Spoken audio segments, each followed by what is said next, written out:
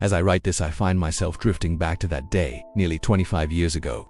I feel uneasy, sick, jumpy. Just as I did then, I was very apprehensive. The whole day had been too quiet and uneventful. Even the paras were taking it easy, grabbing the opportunity to sort their kit out, clean their rifles, and get some scoff down their throats. 3-2 Alpha was the only real air defense cover, and that knocking tone in my ear just wouldn't go away for long. It was just after 1300 hours. Aboard the Galahad and the Tristram, half a mile away on the flat, grey sea, the Hooray Henrys were finally coming to a decision as to how to disembark. Several hours after arriving, the sky was clear, and the weak, wintry sun was hanging by a thread somewhere above the horizon. Off in the distance there would have been the noise of the ongoing battle, but I didn't really notice it.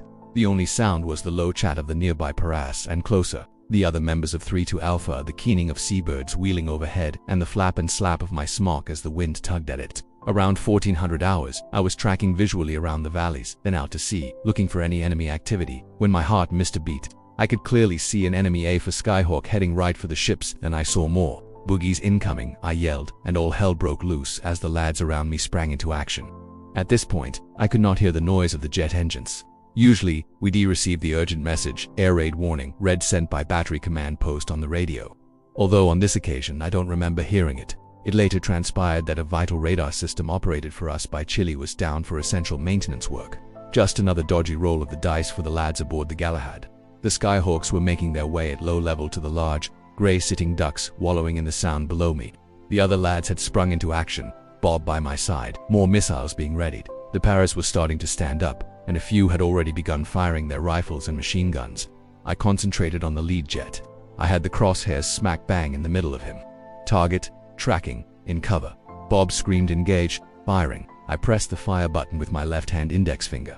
Nothing except that horrible familiar woodpecker tapping on a tree in my bone dome. I pressed again and again and again. All I got was that tap, tap, tap drowned out now by the screech of their engines rolling over the water and off the hills towards us. The attack came and went in the blink of an eye. The lead Skyhawk S2, 250 kilograms high, explosive bombs hit the Sir Galahad and exploded with devastating effect. The second pilot missed, his bombs sending huge fountains of water crashing over the flames as they detonated in the sea.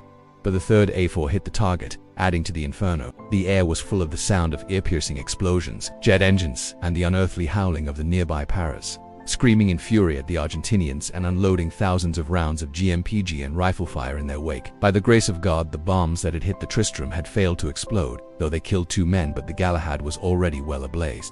In a twisted irony, she was carrying a large quantity of petrol for rapier generators, and this and the ammunition aboard were a lethal combination. Soldiers were jumping into the water, their clothes on fire, as others ran around on the deck trying to get off. As the carnage unfolded in front of me, I could do nothing but stand there, watching men burn.